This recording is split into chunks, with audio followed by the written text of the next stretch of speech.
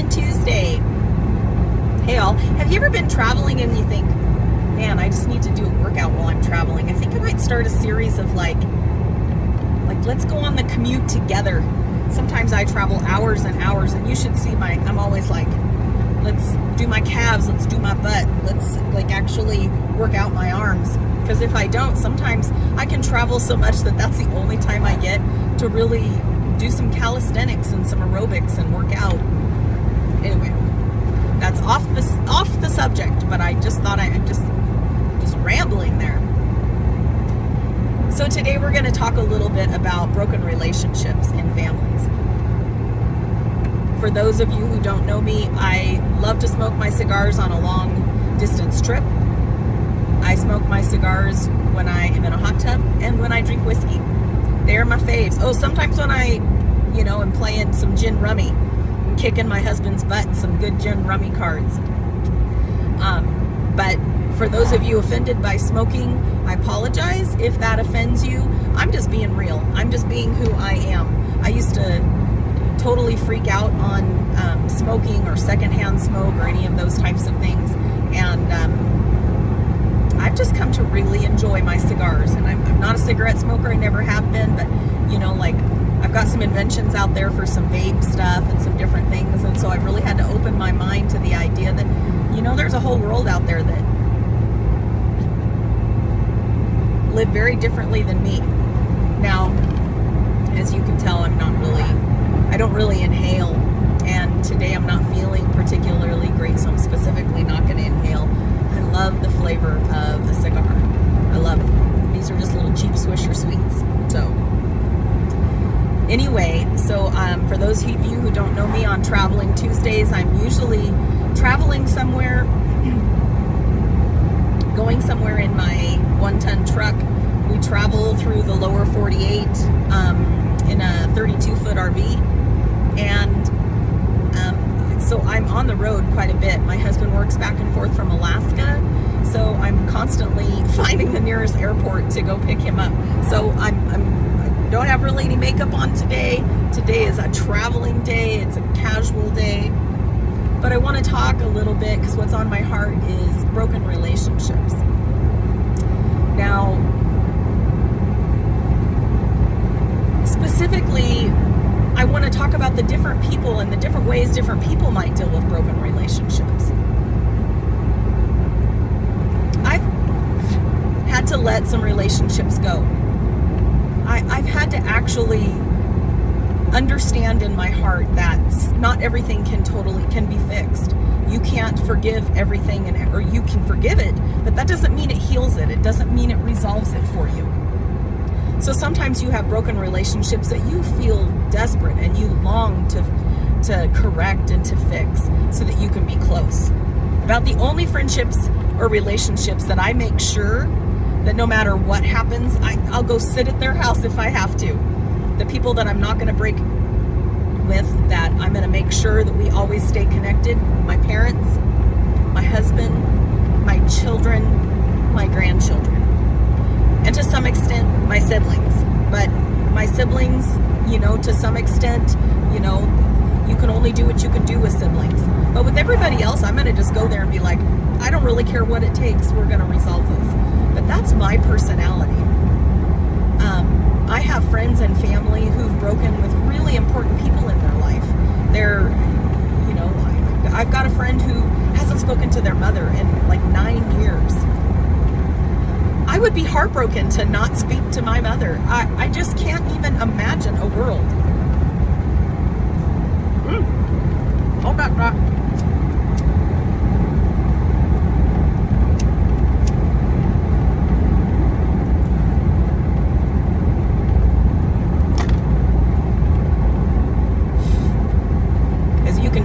Very good at smoking, and often I talk so long, or I dink around, or I sing to a song so long that my cigar goes out, so I apologize. Anyway, I would be heartbroken if something happened and I wasn't in a relationship with my mother. Okay, I'm giving it. My mother is one of the most important people in the world to me. But I also have to respect that other people are going to deal with loss in those relationships differently than I am. Maybe something bigger has happened than anything has ever happened in my life. And so I have to be graceful about the fact that they get to make that personal choice for them. Maybe their mother has hurt them or broken that relationship in a way that's not repairable. And it can be mother, father, brother, sister, whoever that is. But I had it on my mind today that sometimes it's really important to be respectful of people and where they're at in relationships. And there is absolutely no reason to try to force people to heal something that they either feel doesn't have value. It's not important to them to fix it for whatever reason. Or they feel like that person is just so untrustworthy that maybe they've repaired it many other times and they're just done. The one thing I do encourage people to do is still heal and be well inside yourself. Don't allow that brokenness or that anger, that hatefulness, that bitterness towards that person, for whatever reason that is. Don't let that affect your life. Sometimes it can be an ex-partner, a friend, somebody who was a mentor to you. It's amazing the broken relationships that I hear about.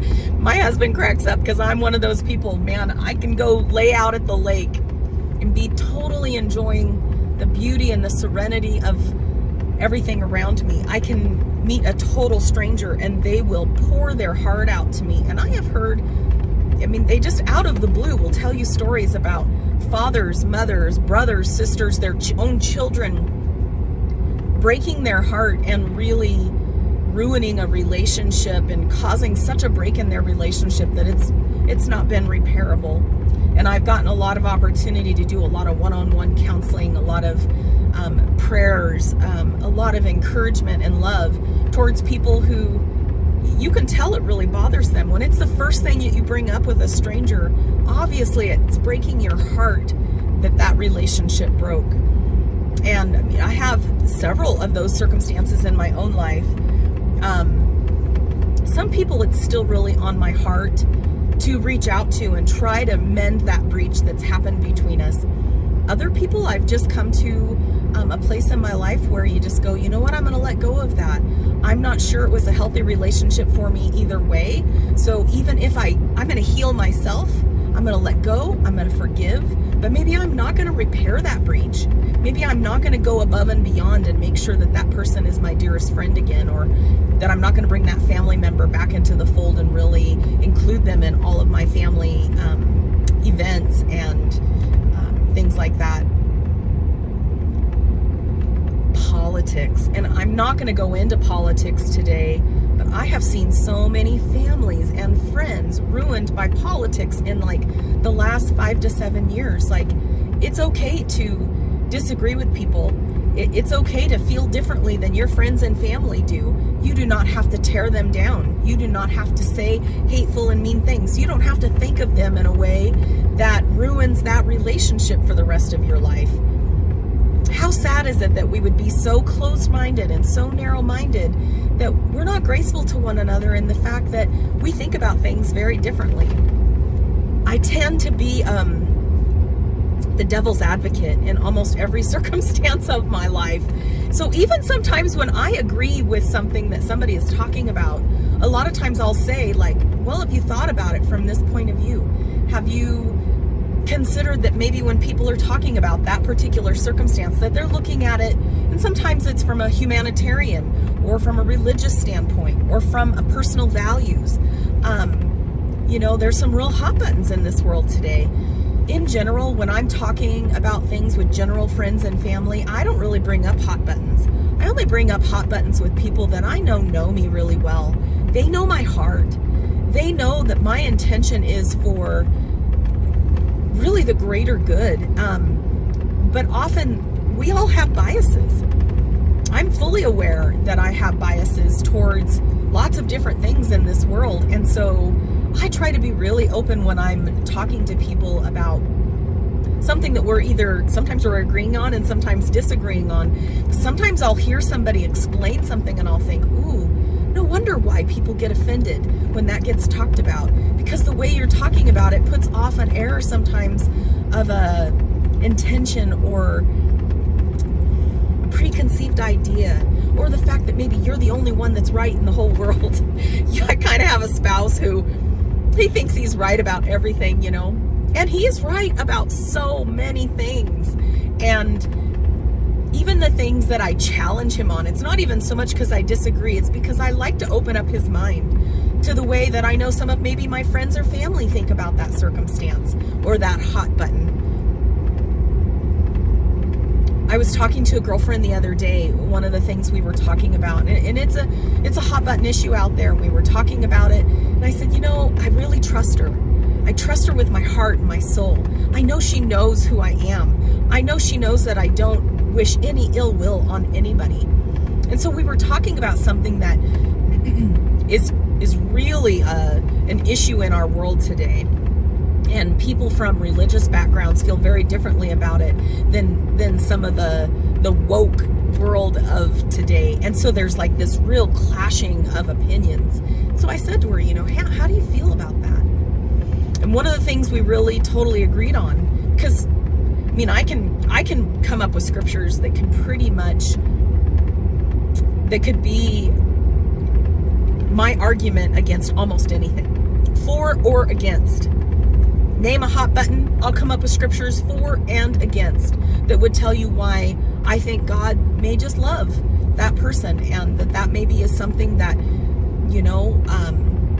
that the religious world has taught against, that maybe we've been too strict about. I can also give you scriptures that talk about, how God must truly feel about that, because I was raised with all that hellfire and brimstone kind of teaching. What I can say is that, oh my gosh, I'm so glad that I am not the judge and jury of people's lives. I am so glad that I get to just follow God within my own heart, and that I don't have to make a judgment call on somebody else's life. That I have my own issues that God convicts me about on a daily basis. I am not putting my time and energy in trying to figure out if somebody else is right or wrong. I'm not going to make a judgment call on that. I'm not going to decide whether they get to be close to me or not close to me based on their own personal decisions in their lives. Like I really am one of those people who, I love everybody. I just have such a heart to love, and I really trust God with people. I trust God with my friends, with my family, with their personal circumstances. We all have something that we struggle with. It's not any bigger or smaller than the person next to us. And so that scripture that talks about, pull the log out of your own eye before you judge the guy with the splinter in his. I feel really strongly that even pastors, I'm really cautious, and I let things go in one ear and out the other if I have a pastor that's that hellfire and brimstone, and this is the things that are going to send you to hell. I don't go there anymore. I did 25 or 30 years ago, but I don't anymore. And those are a lot of the things that break relationships. Divorces. Well, let's finish the religious talk for just 1 second. Find that gracefulness within your heart. Stop that judgment. Really trust that God knows what He's doing. God knows how to speak to His people. If you have a friend that you're concerned they're way out of line in something, and maybe they're living in a value area, or they're making some decisions that you feel like are totally against the things of God, pray for them. Pray that God will open up their heart and their spirit, and that He'll show Himself real to them, and that He'll answer that question in them for whatever that is. Quit feeling like you're the judge and jury for things. I just think there's so much more going on in this world than we really even ever understand. And I'm not closing the door to anybody. I'm just not. It would really take some serious evil and some serious wickedness for me to feel in my heart like I needed to be like, hey, I'm not sure. I'm not sure God can reach you. I've never felt that before in my whole life. I truly believe that there's so much trauma in this world that those few people that are outside of God's purview, oh, my heart just breaks. My heart breaks for them. I don't think those are people that I've come across. I'll be really honest. Most of the people that I deal with on a day in and day out basis are just really brokenhearted people who've been through their own traumas.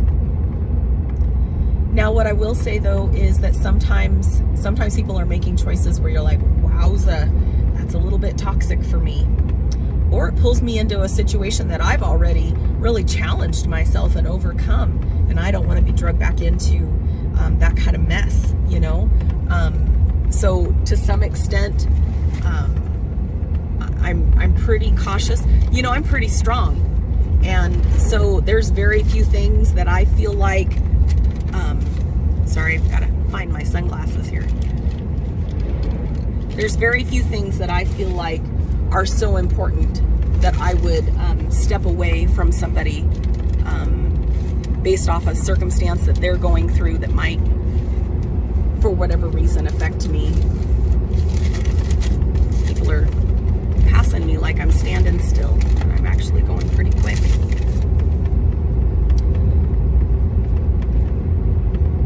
But let's talk a little bit about brokenness in divorce. You ever had those friends or family that go through divorce and then you feel like you're in that circumstance where you have to choose sides? Oh man, it's hard. You know, I know people who have felt like they had to choose a sibling side. And ultimately, like, I'm a very loyal person. If my dearest friend, my brothers, my sisters, my children went through a divorce, of course I'm going to support them and choose their side. But I also understand that there's two sides to every story. And so ultimately, I'm going to still be kind to that other person. There isn't any reason to break relationship to the point where I have to be hateful or mean or cruel. Now, sometimes people do some really terrible things to people. So sometimes you do have to distance yourself because their toxicity is outrageous and it's still maybe affecting your friend or family member in some way. So sometimes those people try to manipulate their divorce by staying close to you in a friendship or reaching out to you in some way, shape, or form. And that's not acceptable either. Like, I'm not going to be your best buddy and have it break my brother's heart, my sister's heart, my children's heart, you know, when you've gone through some kind of a serious separation. I am going to support them. That's different. That's called boundaries. But that doesn't mean I have to be rude to them. It just means that I just have to create that boundary where I'm loyal to the person that I'm walking through that with. And I'm hoping that they come to some balance within that divorce that allows for everyone to just be adults within that circumstance. I know it was hard for me right at the beginning of my divorce. We'd had a lot of domestic violence, and my dad is chatty Cathy. You know, he's just sweet to everybody. And so we had to create some boundaries right at the beginning of our divorce where it would be like, hey, Dad, could you not be my ex-husband's best friend in the whole world? I know he comes up to you and he really tries to suck you in like, oh gosh, we're the best friends in the whole world.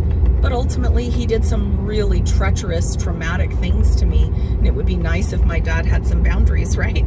So we had some years where my dad was polite, but wasn't his best friend in the whole world. And now, after all these years later, I've healed. I'm past all of that stuff. Now when we all get together, they stand over at whatever event and they chit-chat till, you know, the cows come home. I don't care at all. I'm not expecting that kind of loyalty. But right up front, I did need those boundaries. I needed to feel safe. I needed to feel like my dad had my back. I needed to feel like I wasn't going to be exposed to that toxicity in any way. And I wanted to make sure that my dad wasn't being used in a way to get to me, because we all know people in those circumstances.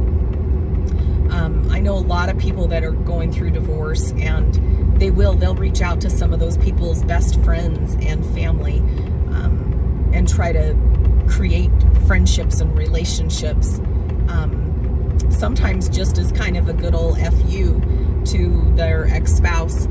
It's shameful. You know, it really is. Have some boundaries for yourself. I separated from all of my ex-husband's family and friends for a short time, and then rebuilt those relationships separately on whole new ground afterwards. Because at this point, I'm no longer your daughter-in-law, your sister-in-law, your best friend's wife. I'm not that person anymore. And I'm sure that I'm getting talked about in those circles, so I'm not going to reach out and pretend that we're the best buddies and that I don't know what's being said and done behind my back. So sometimes you have to recreate those friendships. But you also have to respect some of those relationships I never rebuilt. And partly it was because of boundaries within those relationships, and partly it's because some of those relationships aren't worth rebuilding. And I guess that's what's on my mind today, was ultimately be respectful when people choose not to rebuild those relationships, that they may have a reason. It may be too hurtful. They may not be healed well enough. They may not feel like there's enough value in that relationship to recreate that friendship or relationship in a way that brings value. What I can say is, let people be what they need to be. Don't try to force those things.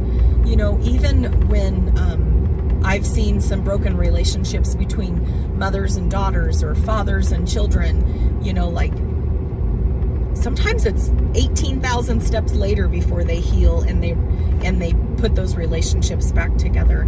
Let people do what they need to do that. And if you're one of those people that are broken, really do some soul searching inside yourself. Make sure that you know inside yourself what it is that you want. What do you want? What do you trust? What do you feel like is best for you? What do you feel like is best for your children? What do you feel like is best for your work environment? What do you feel like is best for your personal, emotional, and physical and mental health? Sometimes you separate for a few months or a few years. Sometimes you come back years later. I've had relationships that I've restored 20 years after the fact. It's amazing how God works. It really is. But what I can say is that no matter where I go, it's one of the first things people talk about is their broken relationships.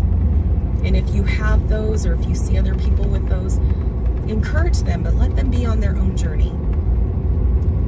Don't force healing between people. Heal within your own heart. Encourage people to heal within their own hearts. But sometimes those relationships cannot be mended. Anyway, just a thought on my Traveling Tuesday. Hope you have a great day. May God bless you today. Meditate on His peacefulness, His kindness, His love for you today. Manifest all good things